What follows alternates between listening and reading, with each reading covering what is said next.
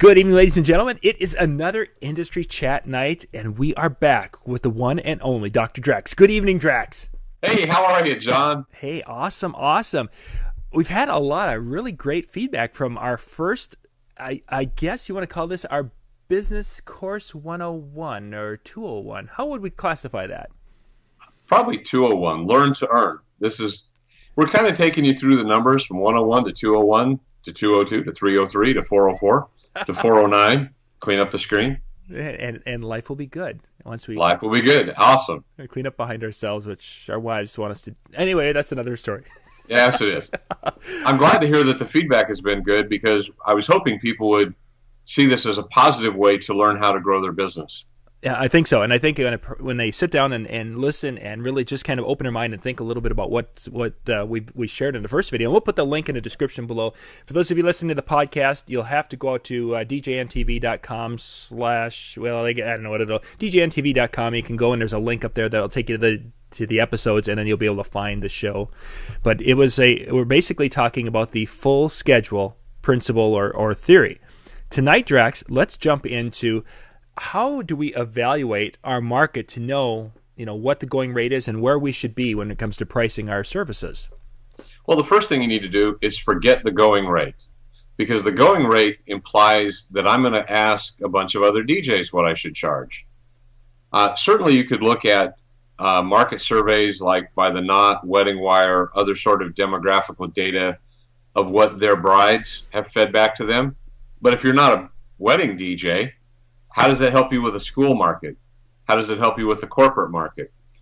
Rather, you've got to start from a good business point of view, a good business plan that you're writing, and that's what this series will help them to do, is to create the business plan. So in terms of market, let's set price aside for a moment, and let's start to talk about market demographics and market understanding. In the last one, we talked about opportunity index. Mm-hmm. A few people messaged me and asked, what is opportunity index?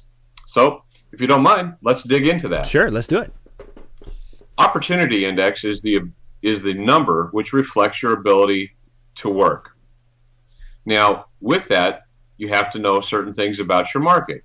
If you're a wedding DJ, it's useful to know how many marriage licenses are issued in your service area, because it gives you a starting point for potential marriage, wedding, ceremony opportunities. Yes. Reception opportunities. If you're a school DJ, you need to know how many high schools and middle schools are in your service area and the average population of each. Mm-hmm. That gives you a basis of the school opportunity index. Same with corporate events. We mentioned before, how many corporations with gross sales over $5 million in your service area? Somebody asked me, why 5? And I said, because 5 million establishes them as a real serious business that would most likely have an HR department beyond one person. They would have social events, they would have team building events, they would have leadership training, corporate sales meetings, things of that nature that you could fit your services into. Mm-hmm. So as we look at markets, I hear a lot of people talk about, well, they have a business plan, but they're still struggling. The truth is, when I've asked the various people around, they don't have a written business plan. Yeah. And to be clear, when I talk about a business plan, it's one that's down in writing, because a written business plan codifies what it is you want to achieve. It mm-hmm. makes them real. If your business plan is all up here in your noggin and you're just thinking about it, well, you're just thinking. And a goal not written is only a wish. Yes. And we typically know how wishes generally work. Unless you got a gold lantern or a leprechaun or one of those things, they don't work so well. Mm-hmm. So what we want to try to help people understand is, the first thing to understand where to set your price is to define what your market is. What's the opportunity in your marketplace? How many events are available to be serviced by you in your market? And it doesn't matter how many you can do, it's rather how many potential events exist. And that allows you to account for competitive forces. So in terms of to really better understand their opportunities for success, like we talked last time, they first need to get their price to a point where they're working 40 events. It's irrelevant whether that's a great price or not. They need to start penciling out their business plan and make sure that's not losing money. Mm-hmm. And I'm defining losing money as hard losses, not lost income. Sure. Because until you're actually working 40 events, there isn't an income index to consider. Yeah, very true. You need to be working to do that. So as we look at market opportunity, if you're going to be a wedding DJ, what would be the key things you'd want to know about your market? Would it bear mind to review the Wedding Wire and not annual surveys? I think it does. Maybe a little bit, yeah. But I think there's going to be some spots where it's going to be more accurate, a more accurate indication of the market than others. Sure. And I'm talking about your specific local market, not the annual average thing that's published as a global consensus. Yeah.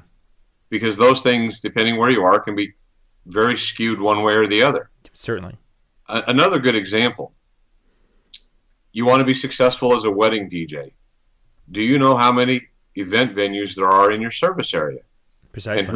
And who are the contact people at those venues? Again, most DJs I talk to, they don't know this information. And my thoughts are, how do you develop a marketing network if you don't know who the network is?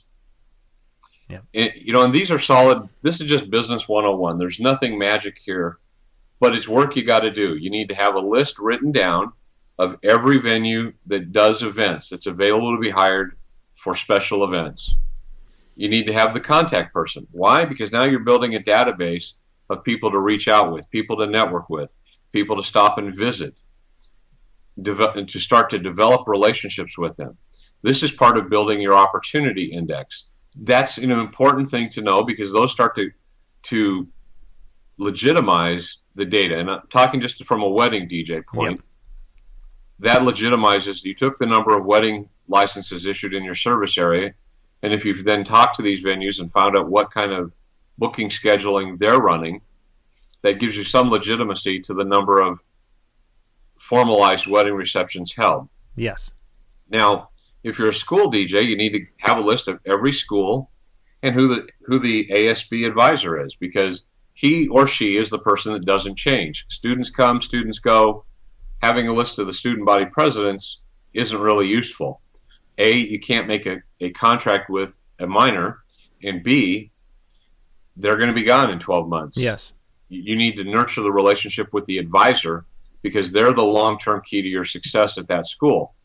So now let's look at, I focus on youth events. Okay, how many middle schools are there? What's the average population of those middle schools? Who are the relevant activity planners, activity advisor for the school? Mm-hmm. And this sounds like a lot of drudgery, but it's really exciting when it all comes together because now you start to see your opportunity index rise and you start to see it become legitimized with real numbers that you've gained by market research. Oh, for sure. Say if you're doing bar bat mitzvahs as a part of your market segment, wouldn't it bear in mind to know how many synagogues and temples there are?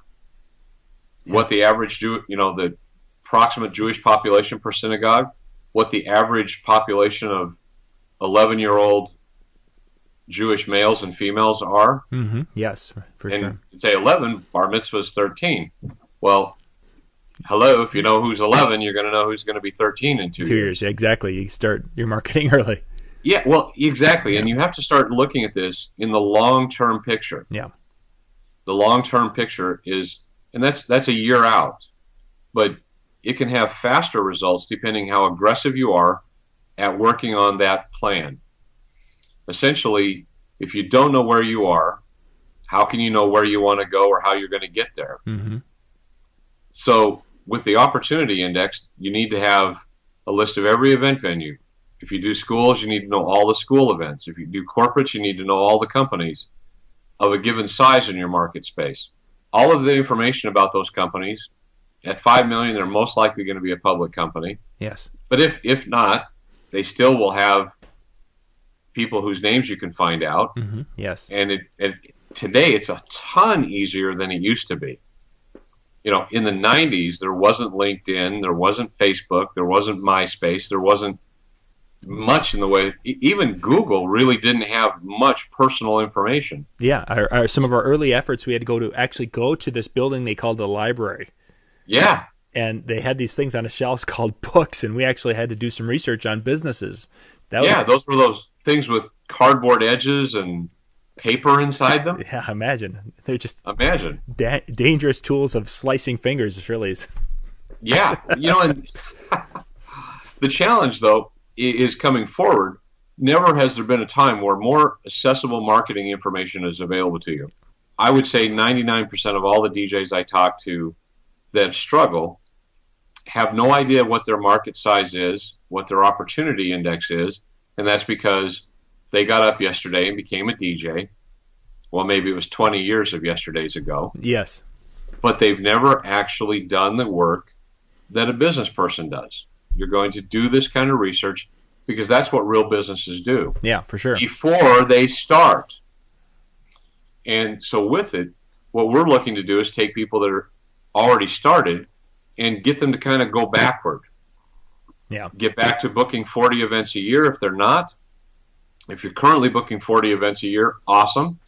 Take these marketing tips and start to implement them and use that as the basis to grow your rates, to raise your profits.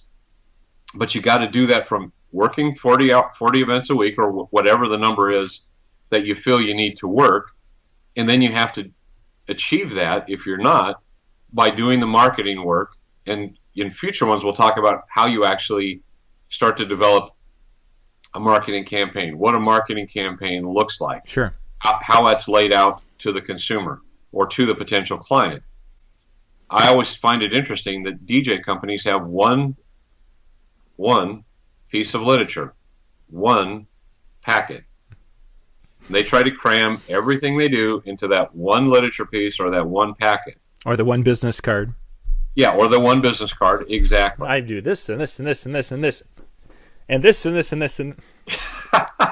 Exactly. I'm a specialist in 50 things. I'm good at all of them, the best in the market.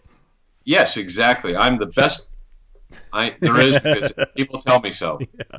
Focus on what you do well. And then as you look at doing well, focus on it in a meaningful way. Focus on your strengths. List your strengths. We'll do that in another episode. But coming back to opportunity index. Opportunity index is what allows you to raise your price.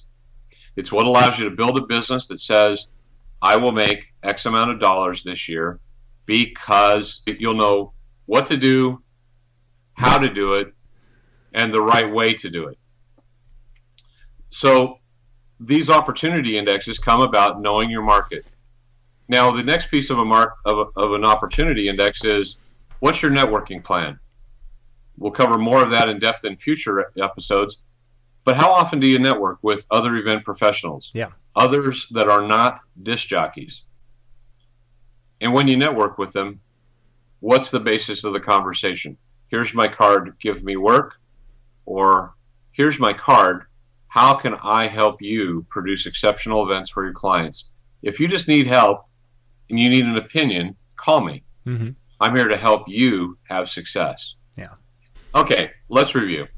First things about developing a marketing study is, what's the market opportunity, i.e. marriage licenses, schools, corporations, middle schools, senior centers, whatever it is we are focusing on, the Jewish population, the Hispanic population, have that data. Yeah. Then the next thing is venues. Have a list of the venues and who's in charge. That's two of the threefold legs on your stool to build a marketing plan. Yeah. You need to know who the contact people are so that when a customer that maybe hires you says, oh, we're at the Grey Eagle Hilton, you go, oh, yeah, I know Sue. She works over there. She's worked there quite a while. She's a great person. You're going to be in good hands. Yes. Two things happen. That knowledge reinforces to the customer that you're a player in the market, that you're respected by others, because if you weren't, you'd be unlikely to drop Sue's name, yep, not knowing what Sue will have to say about you.